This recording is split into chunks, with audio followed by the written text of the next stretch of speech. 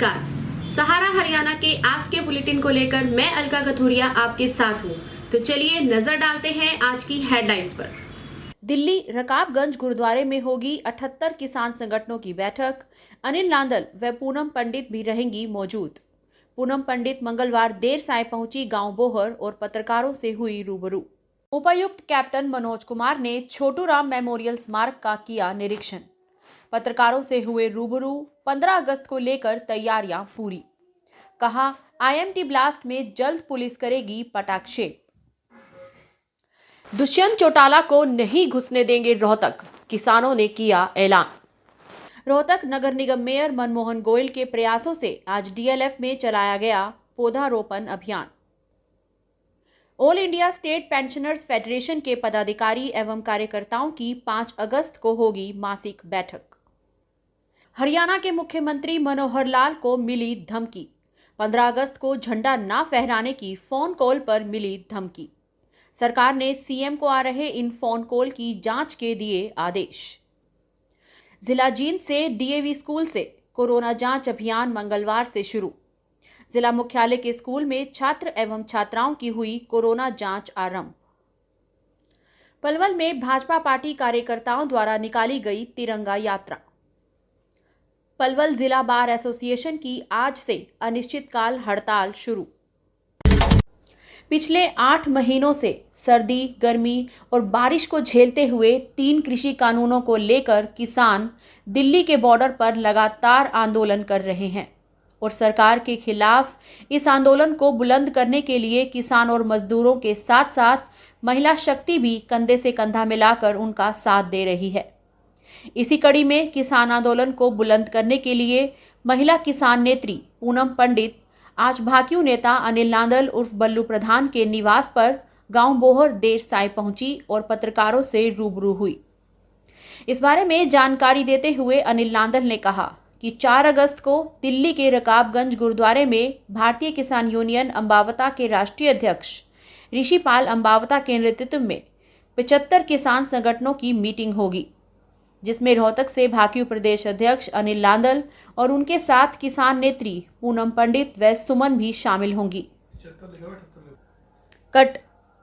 अनिल नांदल ने बताया कि 4 अगस्त को दिल्ली के रकाबगंज गुरुद्वारे में भारतीय किसान यूनियन अंबावता के राष्ट्रीय अध्यक्ष ऋषिपाल अंबावता के नेतृत्व में 78 किसान संगठनों की मीटिंग होगी, जिसमें रोहतक से भाकियू प्रदेश अध्यक्ष अनिल नांदल और उनके साथ किसान नेत्री पूनम पंडित व सुमन भी शामिल होगी।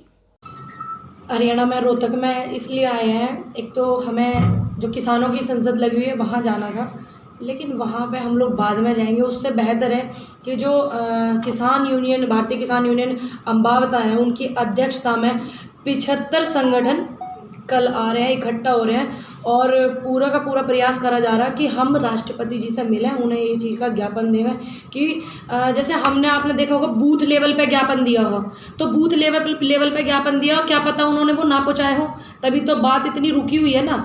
तो उनका एक निर्देश है, अच्छी बात है, आंदोलन को हमें सक्षम करना है, बिल वापस करवाने हैं, तो किसी न किसी प्रयास से जो संभव प्रयास हैं जो लोकतंत्र के और संविधान के दायरे में हम वो पूरी कोशिश कर रहे हैं। तो जो भारतीय किसान यूनियन अंबावता है उनके जो राष्ट्रीय अध्यक्ष हैं उनकी अध्यक्षता में 75 संगठन इकट्ठा हो रहे हैं कल। तो राष्ट्रपति जी से मिलने का पूरा प्रयास है, उनको ज्ञापन देने का कि देश की जनता कितनी दुखी है, कितना परेशान कर रखा इस सरकार ने किसानों को भी। तो मैं यहाँ पे आई हुई हूँ, अनिल नांदल भाई अपने हरियाणा के प्रदेश अध्यक्ष हैं अंबावता ग्रुप से, तो इनके साथ में वहाँ पे हम लोग जाएंगे। आपने कहा कि ये ज्ञापन देने में कुछ संशय दिखाई दे रहा है आपको, कि आप कह रहे हैं कि वहाँ पर हो सकता है ज्ञापन ना पहुँचे हों। हाँ बिल्कुल हो सके, क्योंकि जब कोई बयान ही नहीं आया राष्ट्रपति जी का तो फिर इसका मतलब क्या लगाओगे आप, अंदाजा क्या हो सके, यूँ ही तो हो सके ना कि ज्ञापन हमारे पहुँचे नहीं। आपने देखा बूथ लेवल पर राज्यपाल जी को भी ज्ञापन दिए गए उत्तर प्रदेश में, पूरे भारत में, तो उन्होंने पहुँचाया ना हो तो क्या फिर हम नहीं मिल सकते अपने राष्ट्रपति, हमारे देश के राष्ट्रपति हमारे भी तो हैं, जरूरी थोड़ी है राष्ट्रपति बीजेपी के ही हैं, हमारे भी है ना, क्योंकि हमने भी तो वोट दे के उन्हें बनाया, तो हम मिल नहीं सकते उनसे।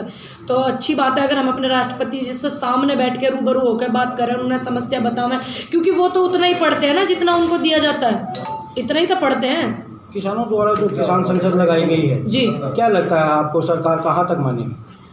सरकार तो वहाँ तक मानेगी जहाँ तक किसान मनवाएगा, और संसद लगाई गई है, एक तरीका है वो भी बात करने का, तो उसमें कुछ ऐसा नहीं है कि ख़राब सिस्टम हमारी तरफ से हो रहा हो, तो शांति से वो सारा सिस्टम चल रहा है। एक संसद लगाई, इतिहास में पहली बार ऐसा दर्ज होगा कि देश में 2 संसद चली, एक किसानों की संसद चली, एक सरकार की संसद चली, तो इतिहास के पन्नों में दर्ज होने वाली बात है। इतनी सभ्यता से संसद चल रही है, तो बिल्कुल मानेगी सरकार, मुझे तो पूरी उम्मीद है, और आप भी देखना।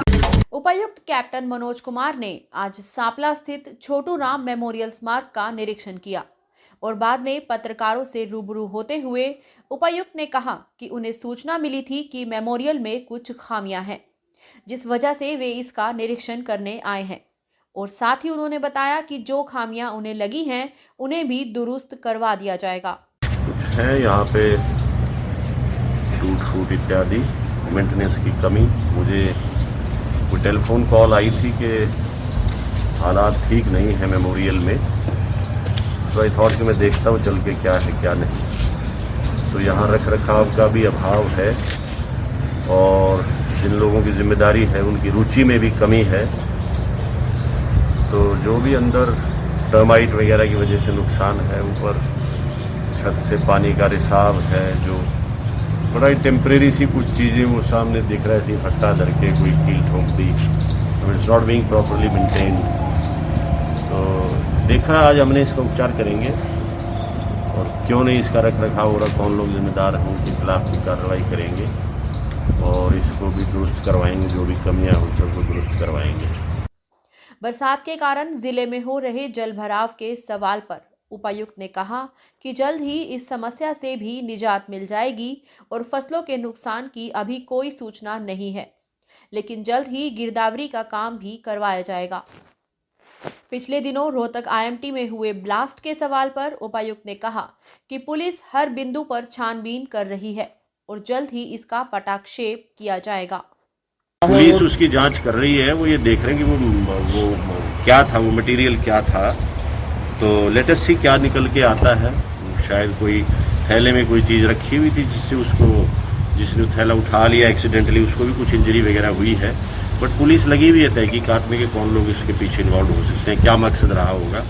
जल्दी पटाक्षेप हो जाएगा इसका। पुलिस ने पिछले 3-4 दिन से ऐसे लोगों को चिन्हित किया है जिनके पास आईडी प्रूफ नहीं है, जो बाहर से आकर यहाँ काम कर रहे हैं या रह रहे हैं, उनके लिए क्या कुछ रहेगा? ड्राइव जारी है हमारी। पिछले महीने भर से हमने आदेश जारी किए थे, 1 महीना पहले, कि जितने भी कोई व्यापारिक संस्थान हैं या फैक्ट्रीज हैं जिनमें लोग बाहर से आके माइग्रेंट लेबर रहती है, किराए पे कहाँ रह रहे हैं उनका सत्यापन, या जो पीजी हैं और हॉस्टल्स हैं उनका सत्यापन, उनमें रहने वाले लोगों के घरों में किराएदार उनका सत्यापन, या जो लोगों के घरों में डोमेस्टिक हेल्प यानी कि जो भी खाना वाना बनाने के लिए जो लोग रखते हैं अपने साथ सहायक, उनका भी सत्यापन।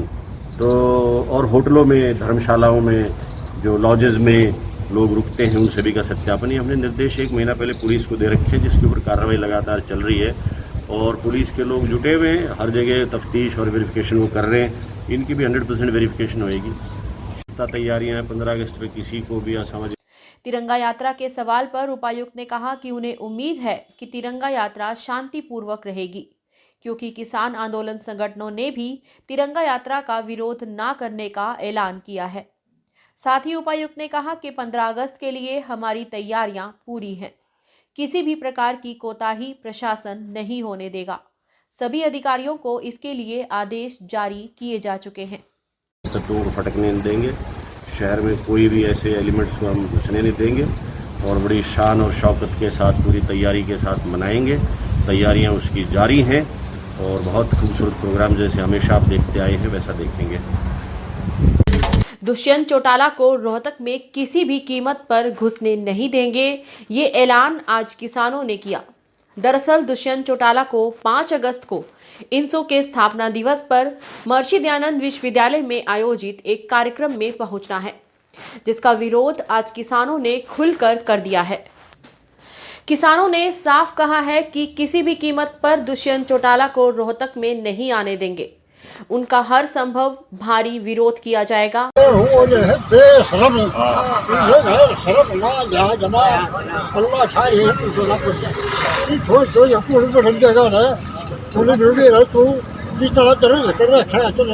है और किसके जावड़े यार क्यों है क्यों करना दिन धरे हैं और जहाँ रहा कैसे भी सब्जी काट के है बता है भाई ऑर्डर नहीं यहाँ बिल्कुल ये रोहतक की वो बहादुर क्षेत्र की जनता है और इसका इतिहास रहा है। हिंदुस्तान में रोहतक जिले का नाम है और ये रहेगा, क्योंकि इन लोगों की कुर्बानी हमेशा कोई भी आंदोलन क्यों ना हो कुर्बानी देने में अग्रणी लाइन में खड़े रहे। रोहतक का क्षेत्र एक कहावत है बुजुर्गों की कि 100 कोस की एक रोहतक की, यानी 100 आदमियों के बराबर एक रोहतक का आदमी है, वो ये उन्हीं के वंशज है।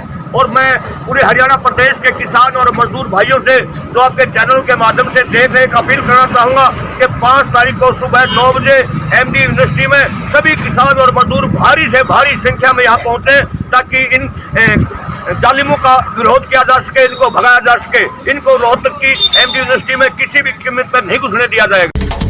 रोहतक के महापौर मनमोहन गोयल के प्रयासों से चलाए जा रहे पौधारोपण अभियान के तहत आज डीएलएफ कॉलोनी में वैश्य सीनियर सेकेंडरी स्कूल के NCC cadet, police cadet, Vaish Mahila Vidyalaya के NCC cadet lieutenant doctor Umesh Mishra के नेतृत्व में NCC officer Satish Bhardwaj, student police cadet corps की इंचार्ज मैडम सुमन काद्यान ने घर घर जाकर पौधारोपण किया और जनता को भी पौधे वितरित किए। इस अवसर पर रोहतक के वरिष्ठ उप महापौर राजकमल सहगल, वार्ड नंबर 14 से पार्षद राधेश्याम ढल, वार्ड नंबर 6 से पार्षद सुरेश किराड़, डीएलएफ एसोसिएशन की तरफ से मयूर, जय सहगल और भारत गिरधर उपस्थित रहे। हरियाणा स्टेट पेंशनर समाज संबंधित all India state pensioners federation के पदाधिकारी एवं कार्यकर्ताओं की मासिक बैठक स्थानीय मानसरोवर पार्क के सीनियर सिटीजन क्लब भवन में 5 अगस्त को आयोजित की जा रही है। इस बैठक में नव सेवानिवृत्त सदस्यों का सम्मान किया जाएगा और संगठन को मजबूत करने के लिए आह्वान भी किया जाएगा। संगठन की मुख्य लंबित मांगों की चर्चा होगी और सरकार से मांगों को मानने के लिए जोरदार मांग की जाएगी। आज उच्च पदाधिकारियों की बैठक मानसरोवर पार्क में केएल निझावन की अध्यक्षता में की गई। इस बैठक में ईश्वर सिंह सैनी, तुहीराम मिश्रा, रामचंद्र शर्मा, आनंद स्वरूप, विनोद श्रीवास्तव, उमेद सिंह और राजेंद्र शर्मा विशेष रूप से मौजूद रहे। हरियाणा स्टेट पेंशन समाज की हाई पावर कमेटी की आज मीटिंग है। हमारे 2 एजेंडे हैं। एक एजेंडा तो ये है कि संगठन को मजबूत करें। सारे हरियाणा में 22 जिलों में संगठन मजबूत होगा तो हम कामयाबी हमें मिलने में आसानी होगी। तो एक तो ये एजेंडा है कि मजबूत करें संगठन को 22 जिला। दूसरा एजेंडा है हमारी मांगे हैं सरकार से मनवाने के लिए 5 तारीख में मीटिंग है कार्यकर्ताओं की। रोहतक ज़िले में सभी कार्यकर्ता मानसरोवर पार्क में इकट्ठे होंगे और संगठन को मजबूत करने के साथ साथ अपनी मांगों पर भी चर्चा होगी। और मांगे जब तक नहीं मानी जाएंगी कोई न कोई प्रोग्राम हम देते रहेंगे। हरियाणा में सोशल मीडिया पर एक मैसेज वायरल हो रहा है जिसमें बताया जा रहा है कि हरियाणा के मुख्यमंत्री मनोहर लाल को खालिस्तान समर्थकों की तरफ से धमकी मिली है। उनके मोबाइल पर रिकॉर्डेड फ़ोन कॉल्स आ रहे हैं जिसमें किसी के पीछे से बोलने की आवाज़ भी आ रही है। बताया जा रहा है कि ये फ़ोन कॉल आधे से 1 घंटे के अंतराल पर आ रहे हैं और रिकॉर्डेड फ़ोन कॉल हैं। फिलहाल सरकार ने इसकी जांच के आदेश दे दिए हैं। बताया जा रहा है कि ये फ़ोन कॉल आम लोगों के पास भी पहुंचे हैं। हरियाणा की सीआईडी टीम ने इसकी पूरी जांच करनी शुरू कर दी है। अब सीआईडी की टीम ये खंगाल रही है कि इन फ़ोन कॉल्स को करने वाला शख्स कौन है। तो वहीं ये भी बताया जा रहा है कि ये आवाज़ गुरुपतवंत सिंह पन्नू की है। इस फ़ोन कॉल में ये कहा जा रहा है कि किसान संगठनों के आंदोलन के समर्थन में इस बार 15 अगस्त को सीएम मनोहर लाल को तिरंगा नहीं फहराने देंगे। कोरोना महामारी को जड़ से समाप्त करने के लिए भारत के स्वास्थ्य मंत्रालय के निर्देश के अनुसार जिला जींद में स्कूली बच्चों को कोरोना से बचाए रखने के लिए एक विशेष टीम का गठन किया गया। मोबाइल वैन में सवार होकर टीम के सदस्य प्रत्येक स्कूल में जाकर बच्चों के स्वास्थ्य की जांच करेंगे। खास बात यह है कि जो भी बच्चा कोरोना पॉजिटिव पाया गया उसे सरकारी अस्पताल में मूल उपचार की सुविधा भी मुहैया करवाई जाएगी। इस अभियान की शुरुआत जींद के डीएवी पब्लिक स्कूल से की गई है। अभियान के नोडल अधिकारी राजेश भोला ने एक आयोजित कार्यक्रम में बताया। जी देखिए, लगभग 1.5 साल का अंतराल हो गया और हम लोग जो है पूरा भारतवर्ष कोरोना की लड़ाई लड़ रहा है और उसके लिए स्वास्थ्य विभाग ने पूरी तरह से अपनी कमर कसी हुई है। जहां एक तरफ जो है हम लोग हॉस्पिटल्स के अंदर जो है अपनी सैंपलिंग इम्यूनाइजेशन की प्रक्रिया जारी रखी हुई है, वहीं जैसे जैसे सरकार ने अनलॉक की प्रक्रिया जारी की है और स्कूल कॉलेज संस्थान खुलने शुरू हुए हैं, उसको देखते हुए हम लोगों ने अपनी पुणे से मोबाइल टीम का गठन किया है और जो कि विभिन्न स्कूलों के अंदर जा कर के हम लोग जो है उनका समय लेकर के आते हैं ताकि मतलब अगले 2 दिनों में 3 दिनों में जितनी वहाँ की स्ट्रेंथ है उसके हिसाब से हम लोग स्टाफ भेज करके वहाँ के बच्चों की और स्टाफ की सैंपलिंग करवा सकें। इसके पीछे केवल एक मकसद और मोटो है कि सभी बच्चों का और स्टाफ का जब सैंपलिंग हो जाएगी तो उससे ये होता है कि एक ही स्थान पर जहाँ एकत्रित होने वाले 500-400 की जो भीड़ है उसमें से हम लोग जो है अगर किसी 1 या 2 बच्चे को भी पॉजिटिव जो निकल पाता है उसको होम आइसोलेट कर पाएँ तो हम समझते हैं कि हेल्थ विभाग जो है वो स्प्रेड के ऊपर अंकुश लगा पाएगा। सर बस मैं यही कहना चाहती हूँ, एक मैसेज है, ये डीएवी स्कूल की एक पहल है। स्वास्थ्य विभाग की टीम है हमारे स्कूल में आई हुई है। जैसे ही पिछले साल भी यहाँ पर कोरोना के टेस्ट हमने स्कूल में कराए थे और वो अपने आप का एक सबसे बड़ा रिकॉर्ड था कि डीएवी स्कूल ने सबसे पहले पहल करते हुए पूरे स्कूल के बच्चों का कोरोना टेस्ट कराया था।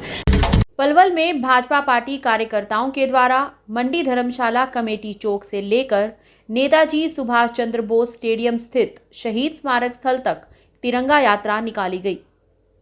विधायक दीपक मंगला ने तिरंगा यात्रा का नेतृत्व किया।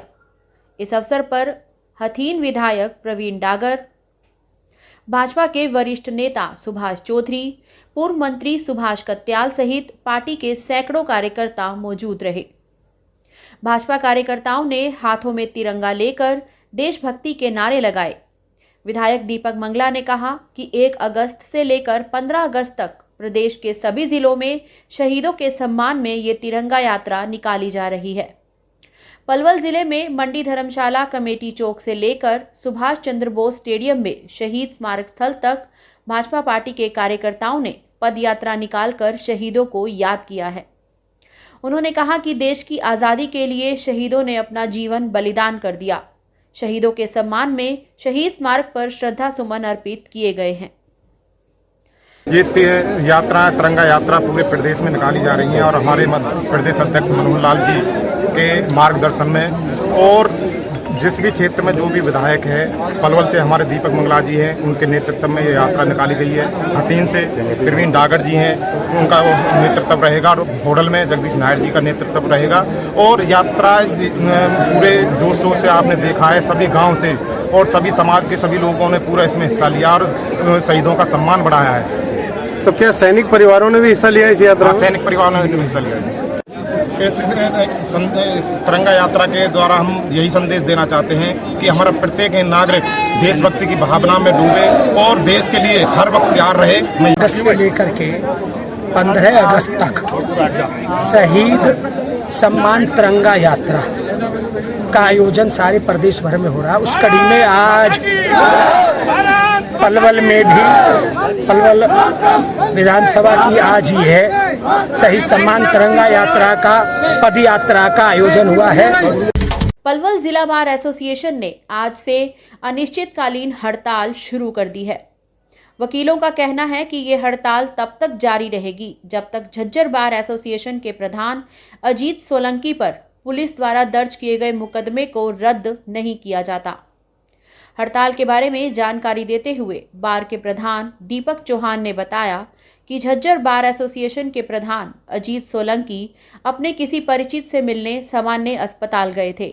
वहां डॉक्टर्स और स्टाफ ने अजीत सोलंकी पर दुर्व्यवहार का आरोप लगाकर उनके खिलाफ झूठा मुकदमा दर्ज करवा दिया, जिसके चलते आज सभी जगह बार एसोसिएशन द्वारा हड़ताल करने का फैसला लिया गया और ये हड़ताल तब तक रहेगी जब तक बार एसोसिएशन झज्जर के प्रधान अजीत सोलंकी के खिलाफ दर्ज किए गए इस मुकदमे को खारिज नहीं किया जाता। वहीं अधिवक्ता मुनीश भारद्वाज और निशांत शर्मा ने हड़ताल के बारे में कहा कि आज पूरे हरियाणा में भी सभी वकील हड़ताल पर है। ये जो हड़ताल की जा रही है, हमारे एक झज्जर से ना जिले से एक डिस्ट्रिक्ट कोर्ट के प्रेसिडेंट हैं, उनके खिलाफ मुकदमा दर्ज कर दिया है। किसी हॉस्पिटल वगैरह में कोई किसी वकील की मदद के लिए गए थे वो, तो उनके ऊपर झूठा मुकदमा दर्ज कर दिया। और पुलिस के अगेंस्ट अब ये पूरे हरियाणा में हड़ताल चल रही है कि या जब तक हमारे वकील साहब के प्रधान जी के खिलाफ ये मुकदमा कैंसिल नहीं किया जाता, जब तक ये हड़ताल जारी रहेगी। और जैसा भी उनके प्रधान जी का आदेश आता रहेगा उस तरह से हम काम करते रहेंगे। और अगर ये हड़ताल उन्होंने कही कि अगर मुकदमा कैंसिल नहीं हुआ तो ये हड़ताल जारी रहेगी हमारी लगातार। हम सारे वकील साहिबान हरियाणा के स्ट्राइक पर हैं। कल हमारे जो झज्जर के बार एसोसिएशन के प्रधान हैं उनके खिलाफ पुलिस ने गलत तरीके से झूठा मुकदमा दर्ज किया है। इसके विरोध में हम सब लोग आज हड़ताल पर हैं। जब तक हमारे प्रधान जी के खिलाफ जो मुकदमा दर्ज किया है वह कैंसिल नहीं हो जाता और पुलिस के खिलाफ कार्रवाई नहीं होती, तब तक सारे हरियाणा में हड़ताल रहेगी और हम पलवल में भी पूरी तरीके से हड़ताल पर रहेंगे। भाई झज्जर के जो हमारे प्रधान जी है उनके खिलाफ जो मुकदमा दर्ज किया है वो झूठा मुकदमा दर्ज किया है। वो हॉस्पिटल में एक वकील साहब की मदद के लिए गए थे और उनकी मदद के एवज में पुलिस ने उनके खिलाफ झूठा मुकदमा दर्ज कर दिया। तो ये पूरे हरियाणा पंजाब में हमारा आह्वान है और जब तक मुकदमा कैंसिल नहीं होगा जब तक हमारा हड़ताल रहेगी। आज के एपिसोड के लिए इतना ही। देश विदेश की और हमारे आसपास की खबरों के लिए मिलते रहेंगे। तब तक के लिए नमस्कार।